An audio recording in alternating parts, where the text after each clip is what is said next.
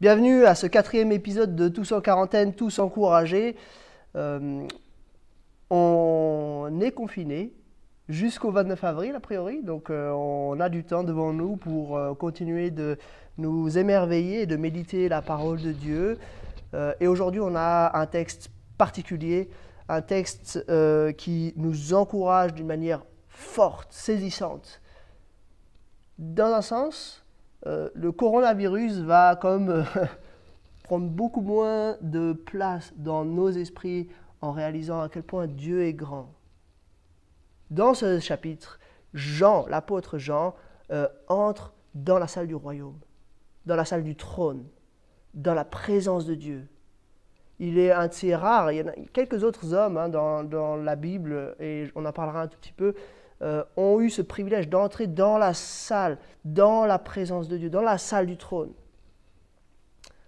Et Jean nous partage. Il a reçu, on l'a vu en chapitre 1, il a reçu cet ordre express de décrire ce qu'il voyait. Et Jean, qui a vu toutes ces choses, nous les révèle. Jusqu'ici, on était en quelque sorte dans la salle de guerre, dans la salle de commandement. Jésus, le grand commandant de son Église, était là, il était au milieu des chandeliers et il s'adressait à ces différentes églises. Vous savez, c'est un peu comme dans les films, cette salle de guerre, là où il y a une grande carte du monde quelque part, et puis où l'état-major de l'armée place ses troupes pour pouvoir mettre en place sa stratégie. Jésus était là, en train de diriger ces églises, c'était la salle de commandement. Et maintenant, de cette salle de commandement, on entre dans une autre salle, la salle du trône, la salle du pouvoir, mais aussi la salle de la gloire. Ce serait intéressant de faire une étude des salles de pouvoir au travers de l'histoire. Les salles de pouvoir de l'Égypte antique, les salles de pouvoir de l'Empire romain, les salles de pouvoir par la suite des rois de France, les salles de pouvoir actuelles, comme au Palais fédéral à Berne ou à l'Élysée à Paris. Les endroits où on voit, en quelque sorte, les lieux même nous montrent que nous sommes dans un lieu de pouvoir. Ici, on arrive dans la salle de pouvoir la plus grandiose qu'on pourra jamais imaginer. Je vous lis donc dans le livre de l'Apocalypse, le chapitre 4. Après cela, je regardais et voici une porte était ouverte dans le ciel. La première voix que j'avais entendue me parler avec la force d'une trompette dit alors « Monte ici et je te ferai voir ce qui doit arriver par la suite. » Aussitôt je fus saisi par l'Esprit. Et voici, il y avait un trône dans le ciel et sur ce trône quelqu'un était assis. Celui qui était assis avait l'aspect d'une pierre de jaspe et de sardoine et le trône était entouré d'un arc-en-ciel semblable à de l'émeraude. Autour du trône se trouvaient 24 trônes. Et sur ces trônes, 24 anciens étaient assis. Ils étaient habillés de vêtements blancs et portaient des couronnes d'or sur la tête. Du trône sortent des éclairs, des voix et des coups de tonnerre. Et devant lui brillent 7 lampes ardentes, qui sont les 7 esprits de Dieu. Devant le trône, il y a aussi comme une mer de verre qui a la transparence du cristal. Au milieu et autour du trône se tiennent 4 êtres vivants couverts d'yeux devant et derrière. Le premier être vivant ressemble à un lion, le deuxième à un taureau, le troisième a le visage d'un homme et le quatrième ressemble à un aigle en plein vol.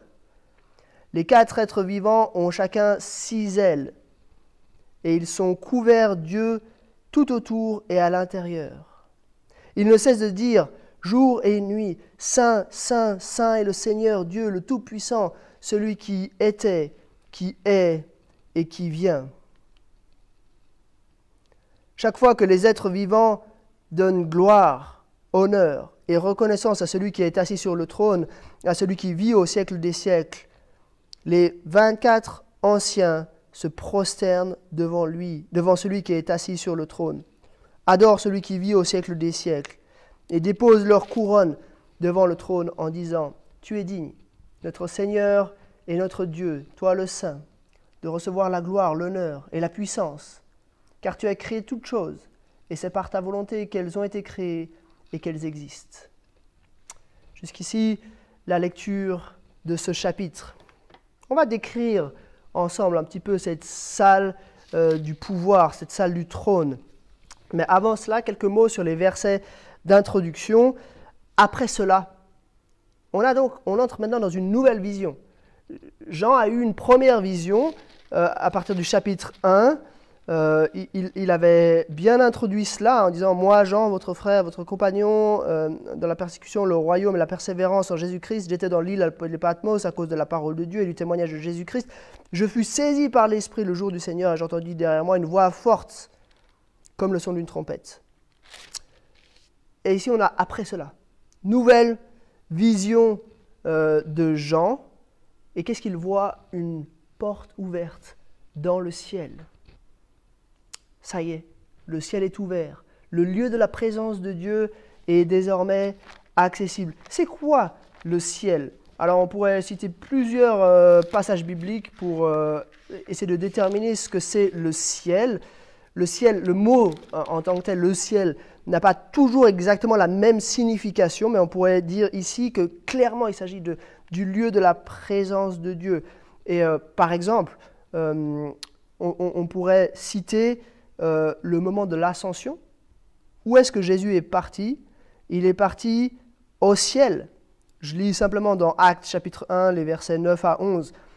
Après avoir dit cela, il s'éleva dans les airs pendant qu'ils le regardaient et une nuée le cacha à leurs yeux. Et comme ils avaient les regards fixés vers le ciel pendant qu'ils s'en allaient, deux hommes habillés en blanc leur apparurent et dirent « Hommes de Galilée, pourquoi restez-vous à regarder le ciel? Ce Jésus qui a été enlevé au ciel du milieu de vous reviendra de la même manière que vous l'avez vu aller au ciel. » Donc, le lieu de la présence de Dieu, le lieu de résidence de Jésus, c'est là, c'est au ciel. C'est vraiment, voilà, il ne s'agit pas du ciel physique, je sais pas, la stratosphère ou quelque chose comme ça. Il y a des fois où il s'agit de ça dans la Bible, mais ici, le ciel, c'est vraiment ce lieu de la présence de Dieu. Et ce lieu est ouvert. Et cette voix, donc la voix qui est la force d'une trompette qu'on a vue au chapitre 1, qu'on a identifié clairement à Jésus, lui dit de monter. Et elle lui dit qu'il va lui faire voir ce qui doit arriver par la suite. Ça fait écho, en quelque sorte, au chapitre 1, verset 19, quand il y a le deuxième ordre d'écriture du chapitre 1, Jésus avait dit « Écris donc ce que tu as vu, ce qui est, et ce qui doit arriver ensuite. » Et ici, Jésus lui dit je te ferai voir ce qui doit arriver par la suite. Donc probablement, les chapitres 2 et 3 sont ce qui est. Voilà maintenant l'état des églises aujourd'hui. Et maintenant, on va rentrer dans ce qui arrivera par la suite. Jésus va décrire ce qui va arriver par la suite à ces églises. Aussitôt, donc, Jean est saisi par l'Esprit. Et le voici transporté dans cette salle du royaume. Et il nous décrit ce qu'il voit dans cette salle du royaume. Quelques éléments de description par rapport à cette salle. Première chose, bon, on l'a déjà dit, elle se trouve dans le ciel. Il s'agit vraiment de la salle de la gloire de Dieu. Puis, en arrivant dans cette salle, la première chose qu'il voit, c'est un trône. Il y a un trône dans le ciel. Le trône, c'est le lieu justement du pouvoir, le lieu de la gloire.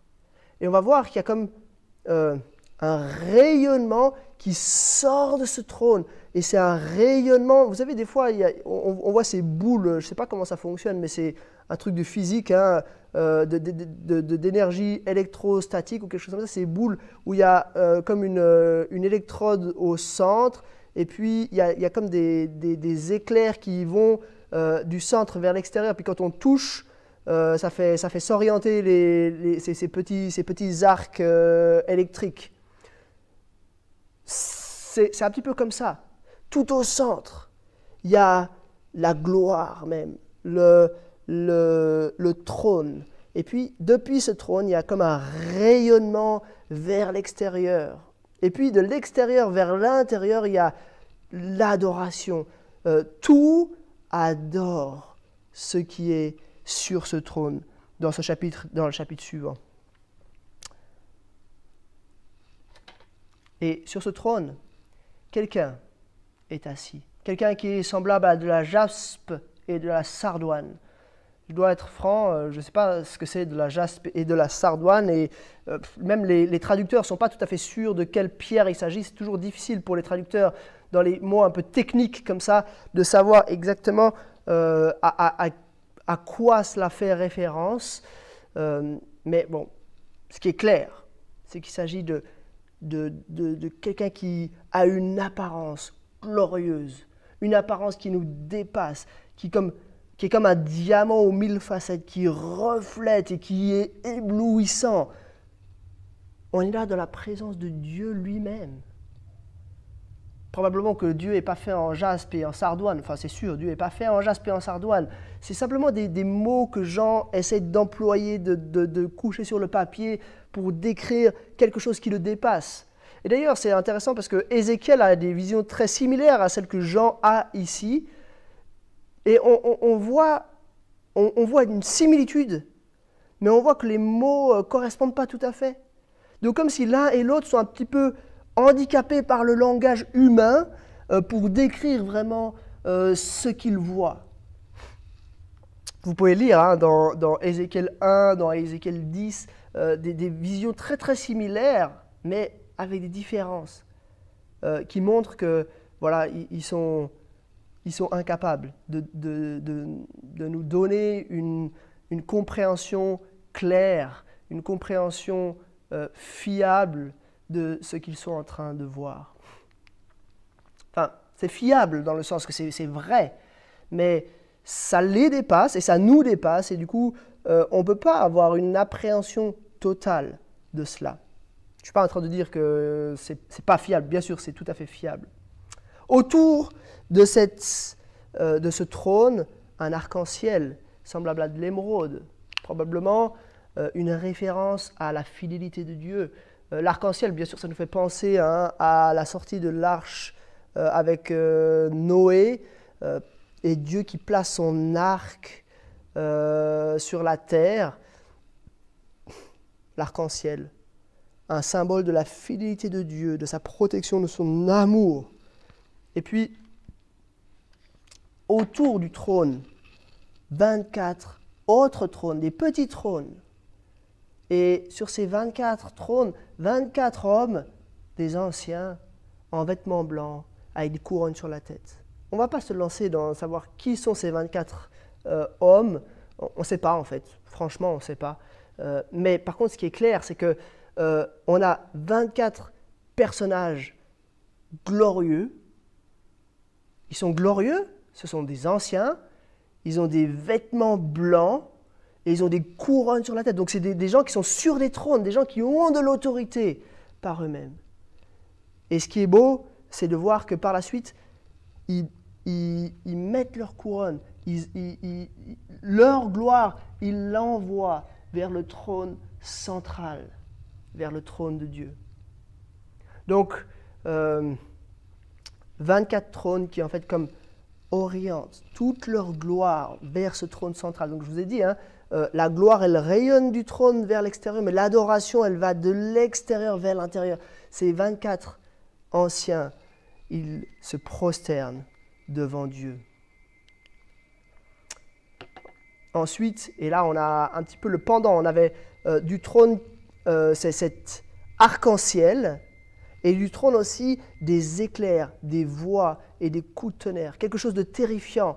Ça nous fait penser à Exode chapitre 19, au moment où le peuple, juste avant de recevoir la loi, est en bas de la montagne du mont Sinaï, et puis ils ont peur, et voilà que Dieu se manifeste avec des éclairs, des coups de tonnerre, des tremblements de terre. Dieu est terrifiant, il manifeste sa colère. Donc, par l'arc-en-ciel, Dieu manifeste protection, fidélité, et par les éclairs, les voix, les coups de tonnerre, il manifeste sa colère, le jugement qui est là. toutes les caractéristiques, toutes les composantes de la personne de Dieu sont là dans cette salle du royaume. Et puis, il y a les 7 lampes ardentes, l'Esprit qui est là, tout près, juste là, devant ce trône. Puis on verra dans la prochaine vidéo que la troisième, enfin le Fils, l'agneau, est aussi là sur ce trône. Donc les 3 personnes de la Trinité sont concentrées là au centre de cette salle sur ce trône. Et puis, finalement, on a aussi cette mer de verre, comme une salle infinie qui est comme juste là pour mettre en valeur ce qui est au centre de cette salle, ce trône. Une mer de verre qui nous coupe le souffle, qui force le respect. Une mer de verre. Et au milieu de cette mer de verre, ce trône vers lequel tous les yeux sont tournés. Et puis, à partir de là, donc on a encore 4 êtres vivants. Et il faut dire quelques mots sur ces 4 êtres vivants, parce qu'ils sont hallucinants. Ils sont au milieu et autour du trône, donc c'est vraiment tout près du pouvoir se trouvent ces 4 êtres vivants qui sont couverts d'yeux devant et derrière. Donc c'est pas en fait des êtres vivants, c'est plutôt le mot grec, c'est plutôt les vivants, les 4 vivants, couverts d'yeux devant et derrière. Ils ressemblent à différents éléments créés, le lion, le taureau, l'homme et l'aigle. Donc voilà, on a plusieurs hypothèses, mais en fait on ne sait pas trop pourquoi ils ressemblent à toutes ces choses-là, mais en tout cas, ils ressemblent à des créatures de Dieu, mais ils sont quand même différents, parce que, différents de ce qu'on connaît. Ils sont des créatures de Dieu, mais ils sont quand même différents de ce qu'on connaît, parce qu'ils ont chacun 6 ailes, et ils sont couverts d'yeux tout autour et à l'intérieur. 6 ailes, parce que ce sont ces gens qui sont dans la présence de Dieu. Vous pouvez lire d'autres qui ont 6 ailes, par exemple le prophète Ésaïe. Dans Ésaïe 6, au moment de l'appel d'Ésaïe, Ésaïe est un de ceux qui a été dans cette salle du royaume, ou en tout cas il a eu une vision de cette salle du royaume. Dans Ésaïe 6, il est dit: l'année de la mort du roi Osias, j'ai vu le Seigneur assis sur un trône très élevé. Les bords de son vêtement remplissaient le temple. Des séraphins se tenaient au-dessus de lui. Ils avaient chacun 6 ailes, 2 dont ils se couvraient le visage, 2 dont ils se couvraient les pieds et 2 dont ils se servaient pour voler. Ils se criaient l'un à l'autre: Saint, Saint, Saint, et l'Éternel, le Maître de l'univers, sa gloire remplit toute la terre. Donc, probablement 4 êtres vivants qui sont des séraphins. Ou alors, peut-être, et là, on peut lire un autre prophète de l'Ancien Testament, Ézéchiel. Dans Ézéchiel 10, verset 15, il est dit: puis les chérubins se sont levés. C'était les êtres vivants que j'avais vus près du fleuve Kébar. Et là, Ézéchiel fait référence, au chapitre 10, il identifie à des chérubins les créatures qu'il a vues près du fleuve Kébar. Donc il fait référence à une précédente vision qu'il a eue au chapitre 1. La 30e année, le 5e jour du 4e mois, je faisais partie des exilés près du fleuve Kébar. Le ciel s'est ouvert et j'ai eu des visions divines. Et là, vous pouvez lire tout le chapitre 1. En fait, il a cette vision de personnes glorieuses. Il nous dit par exemple au verset 10, un de leurs visages ressemblait à celui des hommes, mais tous les 4 avaient aussi une face de lion à droite, une face de taureau à gauche et une face d'aigle. Voilà pour leur visage. Leurs ailes étaient déployées vers le haut. je ne vais pas lire tout ça parce que c'est simplement Ézéchiel 1, une vision glorieuse de ces êtres vivants, mais on a vu dans Ézéchiel 10 qu'ils sont identifiés à des chérubins, donc des séraphins, des chérubins, voilà, probablement des anges, des créatures glorieuses de Dieu qui sont des anges. Et ce qui est frappant, c'est que donc on a cette gloire qui irradie, hein, l'arc-en-ciel, mais aussi les éclairs, le tonnerre, les voix, toute cette gloire qui irradie, hein, cet être, ce Dieu-là qui est semblable à de la jaspe, de la sardoine, c'est glorieux, mais aussi, comme dans un chemin inverse, donc la gloire elle sort, mais dans un chemin inverse, de l'extérieur vers l'intérieur, on a l'adoration. Et c'est très fort de voir ces créatures glorieuses qui comme apportent leur adoration à un être beaucoup plus glorieux encore. Ces 4 êtres vivants hallucinants, ces séraphins, ces chérubins, enfin voilà, on ne sait pas trop qui ils sont, ils apportent leur gloire au verset 8. Ils disent « Saint, Saint, Saint est le Seigneur, le Tout-Puissant, celui qui était, qui est et qui vient. » Premièrement, Saint, Saint, Saint. Il est saint.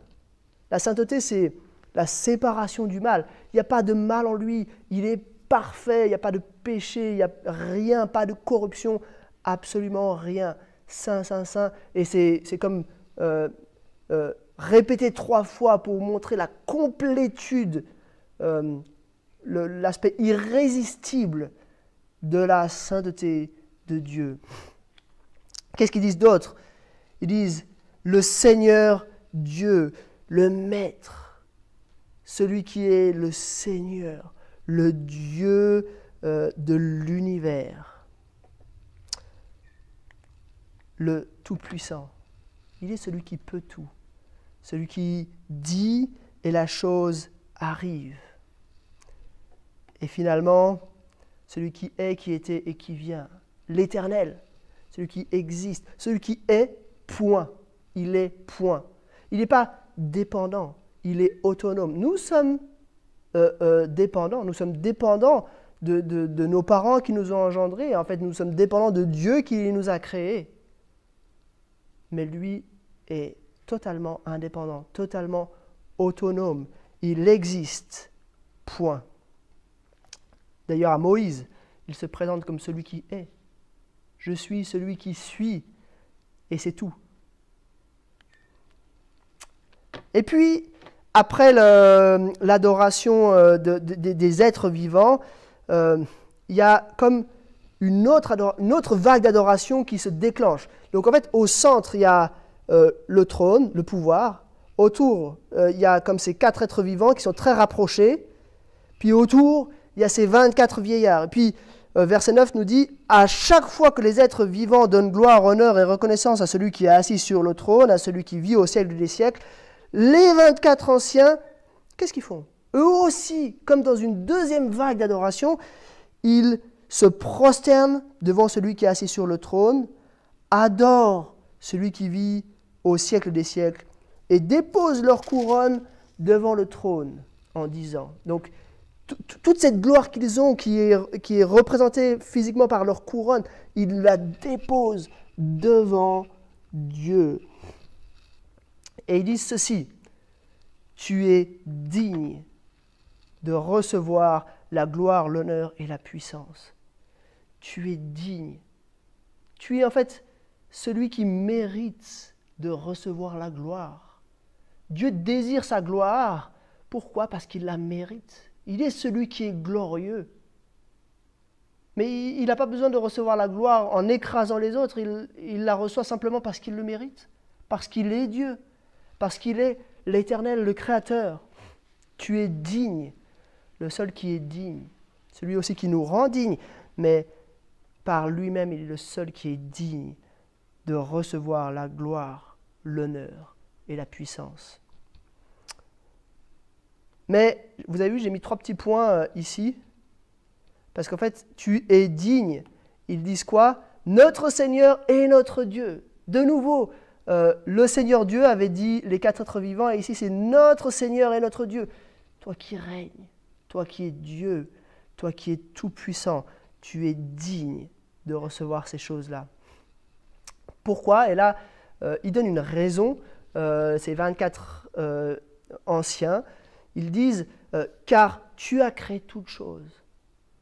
Toi, tu es celui qui est autonome, on l'a vu, tu es celui qui est, qui était, qui vient, mais tu as créé toutes choses.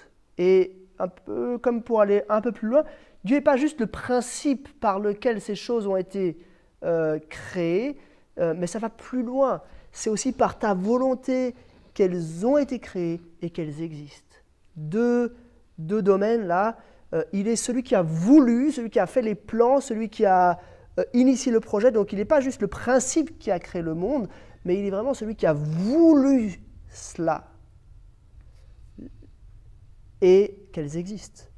Donc Dieu ne s'est pas contenté à un moment donné de créer, et puis ensuite il est parti, et puis il a fait autre chose, mais il a créé et il maintient ce monde.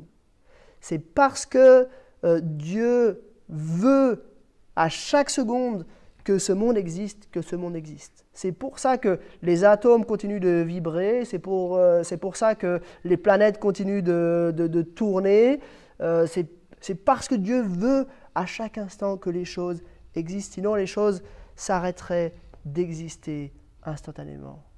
Et là on fait « Waouh! Quelle gloire !» On passe aux applications. Première application, et en fait, je vais être très simple sur les applications. Je crois qu'on doit juste être subjugué en voyant qui est Dieu, et on doit juste adorer. Comme les quatre êtres vivants, comme les 24 vieillards, on doit juste l'adorer. Et j'aimerais donner juste 2 pistes très pratiques si vous voulez faire ça. La première piste, c'est pourquoi pas prendre une feuille blanche et essayer de faire un dessin de ce que Jean a vu ici. Alors attention, je ne suis pas en train de vous suggérer de dessiner Dieu, pas du tout, mais plutôt de dessiner tous les détails qui nous sont dits ici, comme dans un petit croquis. On ne doit pas dessiner Dieu, mais en fait, Jean nous donne une description visuelle, graphique. Et du coup, ça peut nous aider, je crois, de bien intégrer tous ces détails, de les mettre un petit peu sur un dessin. Ça va faire un dessin un peu drôle, vous verrez, parce que je ne sais pas comment vous allez faire la mer transparente comme du cristal, comment vous allez représenter ces 4 êtres vivants, mais ça va un peu aider votre compréhension, votre cerveau à comprendre tous ces détails, comment tous ces détails se concentrent sur ce trône et comment ce trône rayonne de la gloire. Essayez de mettre tous les détails. Ça va faire beaucoup de petites choses. Il va falloir mettre les éclairs qui sortent du trône, il va falloir mettre l'arc-en-ciel autour, etc., etc. Mais ça va aider, ça va vous aider, comme c'est une représentation très graphique que Jean nous laisse, ça va nous aider à comprendre cette représentation-là. Et puis la deuxième piste d'application très pratique, très concrète, c'est pour adorer, pourquoi pas utiliser les formules d'adoration, les doxologies de ces 4 êtres vivants et de ces 24 vieillards, et puis de nous arrêter, je vais juste les réafficher, de nous arrêter là, élément par élément, et d'adorer Dieu, parce qu'il est 3 fois saint, parce qu'il est le Seigneur Dieu, parce qu'il est tout-puissant, etc., etc., etc. On verra d'autres formules de doxologie dans le prochain chapitre, mais voilà de quoi alimenter nos prières d'adoration. Donc, même si on est dans la crainte, l'angoisse à cause de ce virus, on ne sait pas trop de quoi demain sera fait, on se rend compte que nos autorités sont un petit peu au bout, elles tâtonnent, elles ne savent pas trop à quoi s'en tenir. On se rend compte que les hôpitaux sont surchargés, ou ils vont être surchargés dans les prochains jours. On peut avoir peur, mais on peut être rassuré. Parce que quelque part, il y a une salle du trône où un Seigneur maîtrise réellement, parce que c'est lui qui a créé toutes choses et c'est par sa volonté qu'elles existent encore aujourd'hui. On peut être rassuré parce que Dieu est aux commandes. On peut être subjugué et adoré, même dans cette situation de crise. Notre Seigneur est notre Dieu. Voilà quelques quelques pensées, quelques méditations sur le chapitre 4 de l'Apocalypse.